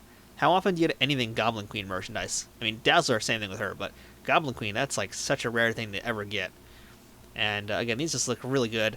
Now, I believe they showed us the Mr. Sinister for the first time at Toy Fair as well, but Goblin Queen is brand new.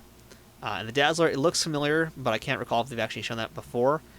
But again, both those just, you know, they look really great. It's an odd trio to have them all side by side, but, you know, look how good that Dazzler looks. That's just a good-looking statue. It looks a lot like her comic book covers, in fact, from the original series that she did. I've always liked that costume, even though it's, like, so dated and just so stupid in so many ways. But I can't not help but like that one. And here is Captain Marvel. So we've got Captain Marvel now. Now, I think this actually didn't make our stream earlier in the day. For some reason, we had some like technical glitches when we filmed our video. But here it is for anybody who may have missed it. Captain Marvel in her Kree outfit. So this is her before it becomes red and blue and that cool looking thing. And again, here's a few more bits and pieces from the Marvel current next-gen game. So we've got the Rhino, and we've got Spider-Man again. Just two more statues. And looking really good. Again, really dynamic poses. I love the Rhino, especially just like how techno I was going to say he looks. Just how mechanized he looks. Really cool. So that's Marvel. Let's see what Diamond is doing with DC. Starting with, again, some of those really inexpensive statues. We've got Deathstroke the Terminator. He looks really nice. good looking statue there. I never understood the chainmail and like the fabric shirt he wears. It's like a midriff shirt. I don't get it still. I never have gotten it. I don't understand it still. We have a Gal Gadot Justice League Wonder Woman statue. Again, we've seen a whole bunch of Gal Gadot Wonder Womans before. What makes this one special? It's the pose. She's doing the clink.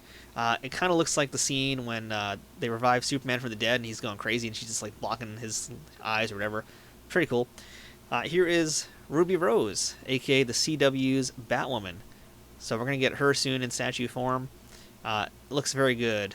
I'm very excited for this one, actually. I haven't seen anything for the new show, but I'm pretty happy they're making merchandise already for her. I like this one a lot, too. This is a Tim Drake Robin. I think this pose is just so unique, and this is what I'm talking about with like them doing such unique poses. They really need to stand out, and this is a real eye-catcher of a statue. And it looks really elegant, too, for lack of a better word. Just like how he's posed on that statue, how he's posed in that piece of architecture. It's very unique, and Diamond's doing, again, really great stuff like that this year in particular. Here's a better look at the Batwoman statue. You can see her face a little better here. I think the hair is really great. Here is a Harley Quinn statue from Suicide Squad. And you know what, folks? I don't care about Harley Quinn anymore. I'm over Harley Quinn. Can we please move on?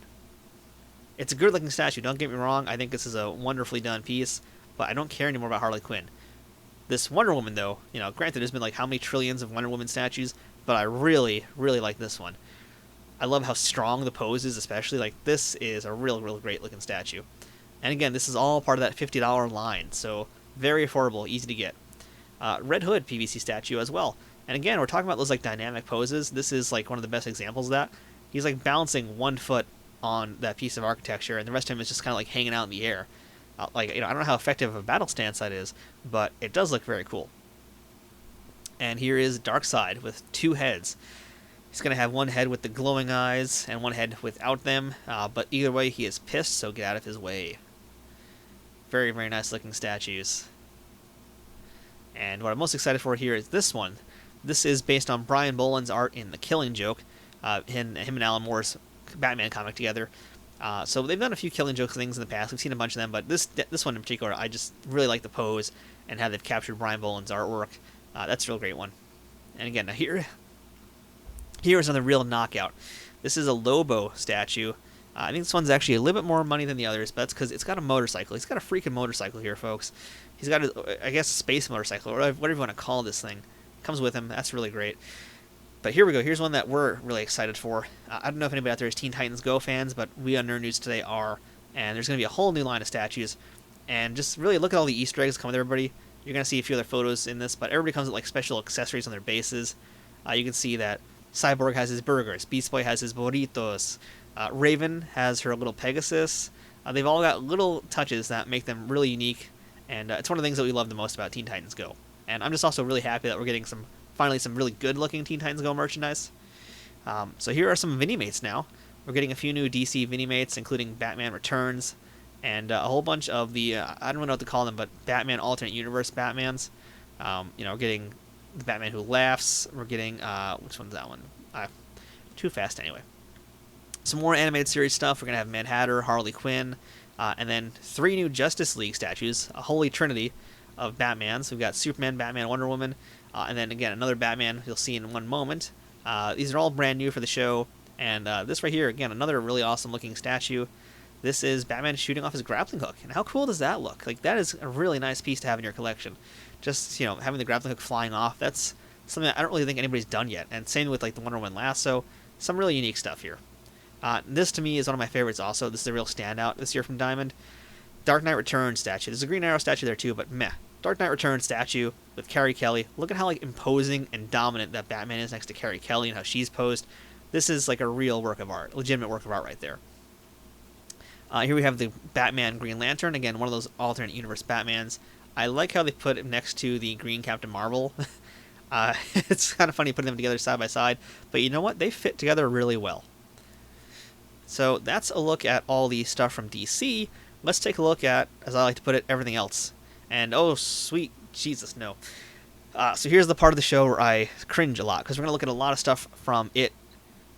It 2, in fact. So this is It Chapter 2. This is a Pennywise Jack-in-the-Box. I don't want to talk about these, but we have to. So, oh god, there's the really creepy Mini-Mate. I had a hard time getting through this earlier when I made my video, and it's not an easier second time around, folks. It's actually worse somehow. Here's our Vinny mate. Really creepy. I don't want to look at these again, but I have to. These are the worst. These are the most frightening of them all. There's these little, I guess it's a 2-pack of these like little mini versions of Pennywise. That is the scariest thing ever. To have those little mini ones. Like, imagine if they were possessed and attacking you and biting your knees and your feet. Oh no. All right, cool. Here is the, again, very affordable, 12. It's Pennywise balloon statue. The best thing about this statue is how they lit it. I don't know if this is on purpose, but he's like kind of in the shadows of this display here, so it's really like extra creepy how he's kind of coming out from behind. All right, yay, something not scary. Here's again a really cool Predator statue. This is also a $50 piece. Very cool.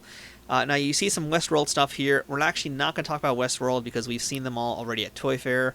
I decided to skip those.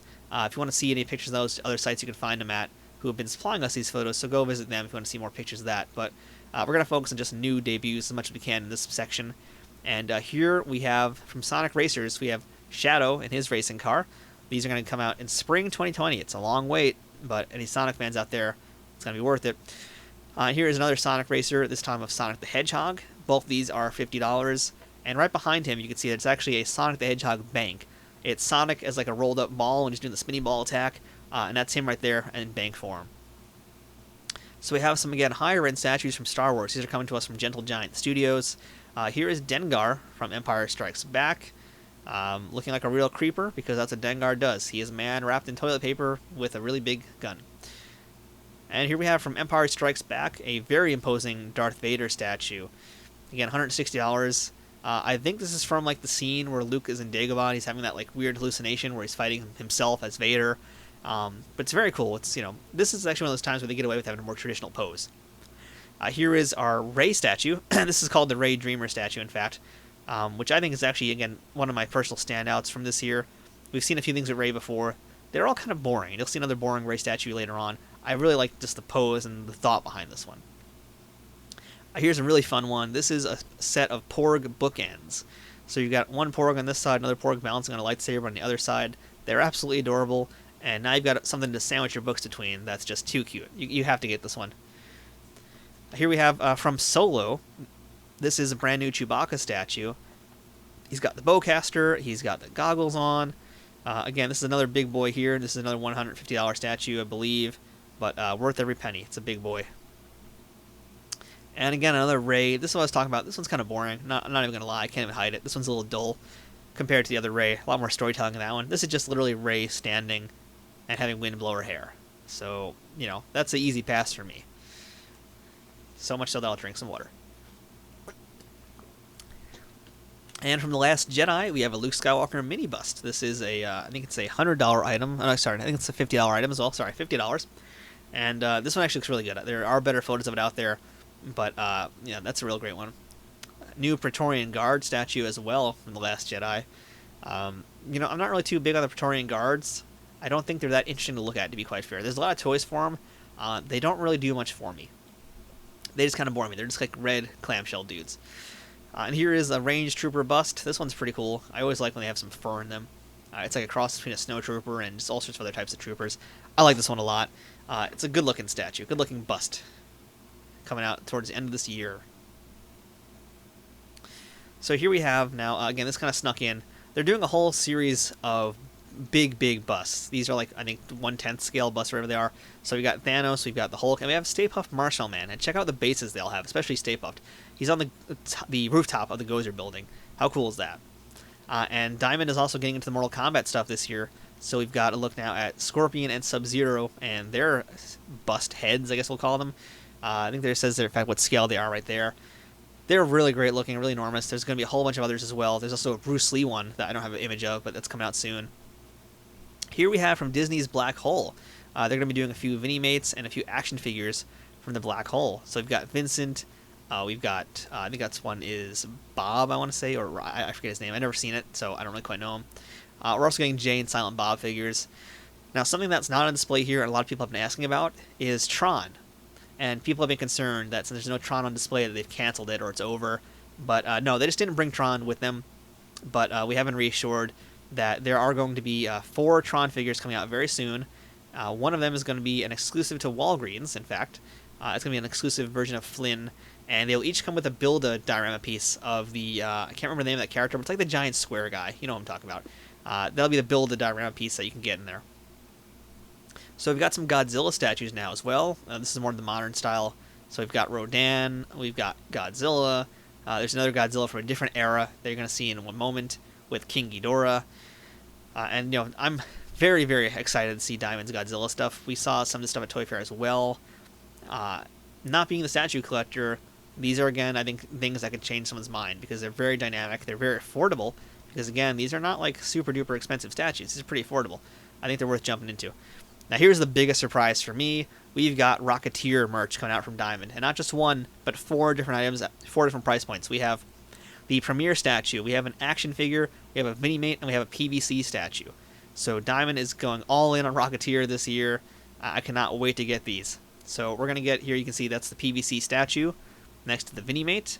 I love just that big plume of smoke and fire underneath his legs as he's taking off in the air. And of course the mini-mate's just always adorable. Now, this right here, this is the Rocketeer action figure, the, I guess, Disney Select, whatever we're going to call it, action figure. So it's got a removable helmet, the jetpack, it's got the smoke that you can attach to his jetpack as well, a lot of different pieces, the blueprint. This is an absolute must-buy. I remember wanting to get a Rocketeer toy when it came out, when Funko made their figure, but that was absolute garbage because it's Funko. This is an absolute win and going to be a day one purchase for me. And there is the Premier statue, $150 or $160, whatever it is. The big high-end statue, but wow, like what a great piece to have. And again, we have another statue from Mortal Kombat. Here is Sub-Zero, making his Diamond debut as a statue. I cannot wait to see what else they do with Mortal Kombat. There's so much they can do. I don't know how violent they're going to be able to get, but I don't think they need to. I think, you know, the amount of implied violence there is more than enough for me. I don't need to see blood and guts, but I'm really excited to see how they're going to handle the Mortal Kombat license, what creative things they're going to do with it. So I believe that wraps up everything with Diamond. And again, if you guys missed any of our stuff from yesterday, go ahead and check out our live stream. Oh yeah, we're going to go ahead and look at something else real quick. So go ahead and check out our previous live stream from yesterday and look through our videos. We covered a bunch of other toys, and tomorrow we got plenty more coverage as well coming your way. So let's go ahead now. I think we're going to wrap things up more or less with one last look at Hot Toys. And yes, Hot Toys is so important. I've actually covered up my own logo with it. So yeah, we're going to breeze through some Hot Toys real quick here. So there we go. So this is Hot Toys on display. They're also being represented at the Sideshow Toys and Collectibles booth. And Hot Toys just always takes my breath away, and I think we need to just look at it and admire how awesome this stuff is. So I love Hot Toys, but I cannot afford Hot Toys, like most people out there. But it doesn't mean I'm not going to look at them. I'm not going to not look at them. I'm going to enjoy every minute of these guys. And they do look gorgeous, as always. Here we've got an Iron Man Mark II 12-inch figure. You know, Hot Toys is a lot of money, but it's absolutely worth it. I don't know if anybody out there who's watching now has ever bought a Hot Toys or even got to hold one up close in person before, but the Iron Mans are a great example in how the figures actually move. Like, each finger on the Iron Man, each digit can do this. It can move. There is so much articulation on these figures typically. Here you can see the Pennywise from It Chapter 2. Like, really cool base. Look at the heads, the accessories it comes with, the articulation. I mean, man, these are just amazing figures, and they're worth every penny. You know, we're just talking about how Diamond is, like, so affordable with a lot of their work. Hot Toys is the absolute opposite end of that. They are, if you've got money to blow and you just won the lottery, buy some Hot Toys. But, I mean, it's worth it. Look at how great these look. Here we got the Flash from the CW TV series. Behind him you can see there's a Harvey Dent from The Dark Knight, and there's also a Robin from Batman Forever. So that's pretty cool. But again, look at all these accessories you're getting. You can see on the bottom there with the Flash. You get so much value with these Hot Toys, even though they're a lot of money. Yes, we're getting Ewoks as well. We're finally going to get some Ewok figures from Hot Toys. Can you imagine Hot Toys Ewoks? How interesting is that? Now, I don't think this is every single image. This is not all the images. This is just what Hot Toys put up on their Facebook page. I'm going to do a full extended video, most likely tomorrow, about everything that they had on display, including this big son of a gun right here. So this is not actually for sale yet. This is a Starfighter with Anakin Skywalker. It is in scale with the 12-inch figures. It's more or less on display to gauge interest, because Hot Toys, they don't do vehicles often because of the scale, but when they do, they make them big. And this one is a possibility, so if there's enough interest, they will make it. Here's a better look at that Robin figure from Batman Forever. And you can see on the other side we have Heath Ledger Joker, which again that's like one of my favorites they did. I back in the day when that first one came out, I almost bought it. I didn't do it. I regret it now because that toy was worth so much money, but not even the value. It's just it's so hard to get now because it is so expensive. So here's some other prequel figures. I love the Darth Maul.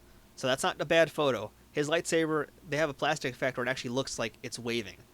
Like, who else has done that? Tell me what other company has made a lightsaber that looks like it's waving in the air, like it's mid-attack. That is so unique. It's so cool. Here's some Iron Man Hall of Armor figures. I love these. It just looks so cool, you know?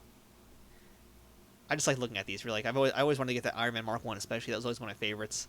I think they've done at least 1 or 2 re-releases of it since it came out. But totally worth it. Now this right here, this Neon Tech War Machine, I'm a total sucker for Hot Toys because I don't mind when they do repaints, and they do a lot of them. Especially with the Iron Man figures, I should say. That's really where the repaints come in, is the Iron Mans. And like, look at how cool this Neon Tech War Machine looks. To me, at least, I think it looks really cool. I love the color scheme. I would totally buy that.